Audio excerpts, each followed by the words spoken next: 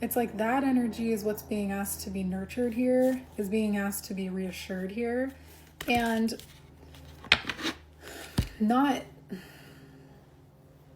prove that you have that inner strength by making these huge changes, because it seems like you're just trying to convince yourself when you do these certain things. It's like this person, they have this energy of like they're confident in their own decisions and they're a little bit probably self-centered. This elk card is a little, it talks about potentially being arrogant, but still being a very stable, structured, like person worth having in your life, because they are reliable, right? You know them to always be the version of them that they are. You have confidence in who you know that person to be. But then when this person acts a certain way that is different from the safety you've sort of created internally around this person sort of always being that version of them, it's like, no, they're going through some stuff too. They clearly have something going on. But if them acting in a different way or a certain way, it kind of sets you off to the point where you feel like everything around you is like uprooting itself, then the only sense of safety you really have in that is yourself, right? And is reassuring yourself, and is like your inner father here, your inner masculine energy, reassuring yourself that you're taken care of, you're good, and that this is just a wave you can move through in the middle of some stagnancy. It may also be that like this was such a big thing because of not just the fact that this person's an important person in your life that you clearly care about. Like you care about how they feel, you care about how they think or the way they view you or their perspective. But I also want to say there's something about like I was saying in part one, the shit around you, like where you're at situationally, circumstantially, feeling so mundane that maybe your main sense of fulfillment was coming from this person. And they were your main source of like excitement or joy. And this person they're clearly going through something where they were not feeling good about themselves either. And you guys could have both this could have been mirroring, and you guys both were not dealing with it in the way that like would have been, conducive for this relationship to sort of foster this energy of like excitement again, which is, like I was saying in part one, what's en route to you and that you're wanting and needing, but you're like, no. But because of that, it's like it threw you off. It threw you off so much that like now you're wanting to question everything, change everything. It's not really just a matter of like decentering this person or like, proving to yourself that you don't need them. It's like, no, once you get back in touch and nurture that part of you that loves that Queen of Cups energy that you operate in, you could be a water sign, it could be Cancer. It's sort of saying like that's when you start to feel more in touch with like the love that you have for this person, and you also start to feel more in control of your environment and like the safety that you have around you and the love you have for yourself. And what this person's going through, it has less of an effect on you because it's like you're taking it less personally. And this also doesn't seem like a situation where it's just like, yeah, this person's a jerk. No, it seems like this person's a human and they're going through something too. With trying new things, less permanent changes, right? Like being able to kind of feel that sense of like, of independence that you can feel proud of in smaller ways than like completely changing everything. I do want to say there probably is an energy of in the past, one of you blocking the other because they were feeling some type of way. And there's this huge energy and this huge reoccurring theme for you that your guides are like, just take a look at this, please. That is basically like I was saying in part three.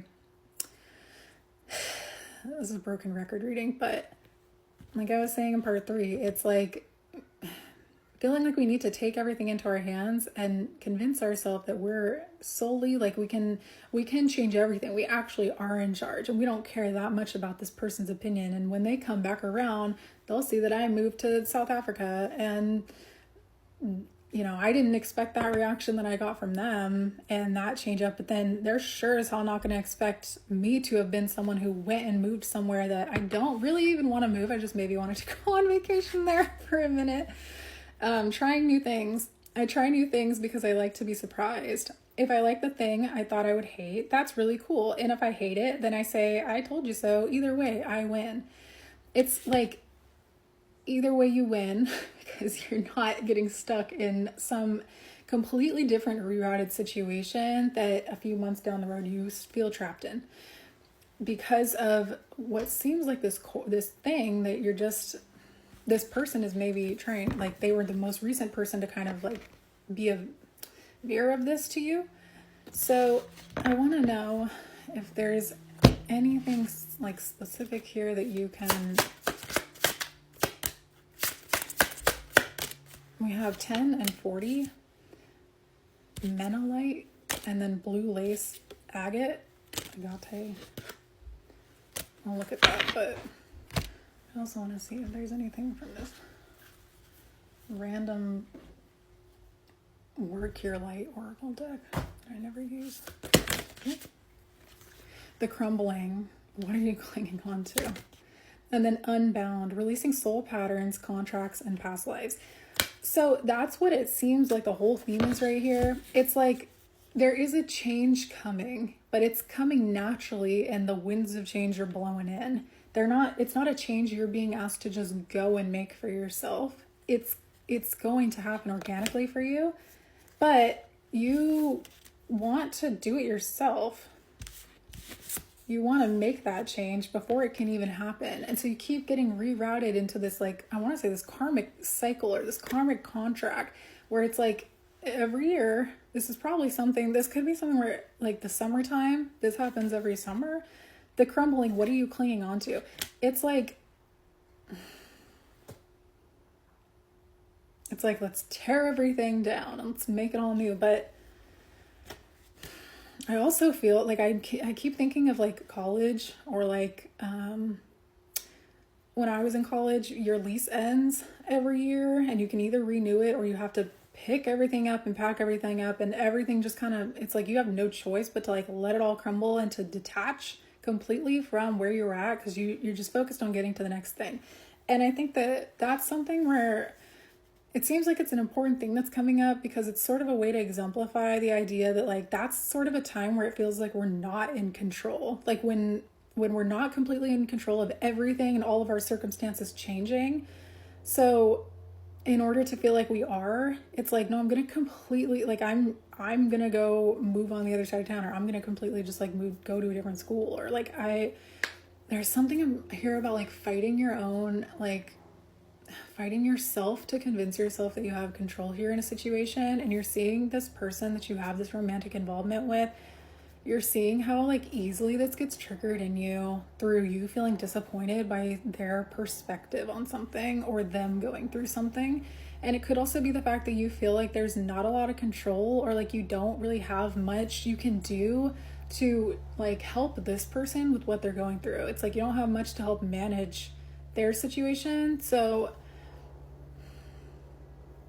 it does feel like there's this inner like feeling of inadequacy that is kind of showing up for you, where it feels like the way that you try to do this is you almost like intentionally escape everything, but it ends up making everything crumble. And then you kind of have to convince yourself that you were okay with that and that you're cool going down that route because you made that choice. So it's sort of like you force yourself to stand on something that you didn't want to do, you were just doing to kind of prove to yourself. We also have the Sisterhood of the Rose, beauty and devotion, priestess, mystic, teacher. This seems like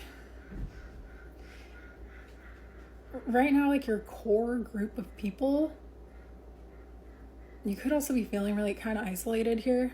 And so it's like, if I'm feeling isolated in my own life here, I might as well just pick everything up and go somewhere where I'm isolated. So you're really being called to travel here, to remember yourself and remember your love for yourself. I'm going to read the main themes from these two. Expect news and open lines of communication because you can expect it shortly. And speak your heart and don't fear being judged. That seems like kind of what's necessary with this person. Like I was saying in part 1, this is en route to you. So if you're wanting to hear this, if you're wanting to see this, or you're open to this, unblock this person or reopen that line of communication. Hold on. To move would not be beneficial now. Bide your time expressing the divine feminine.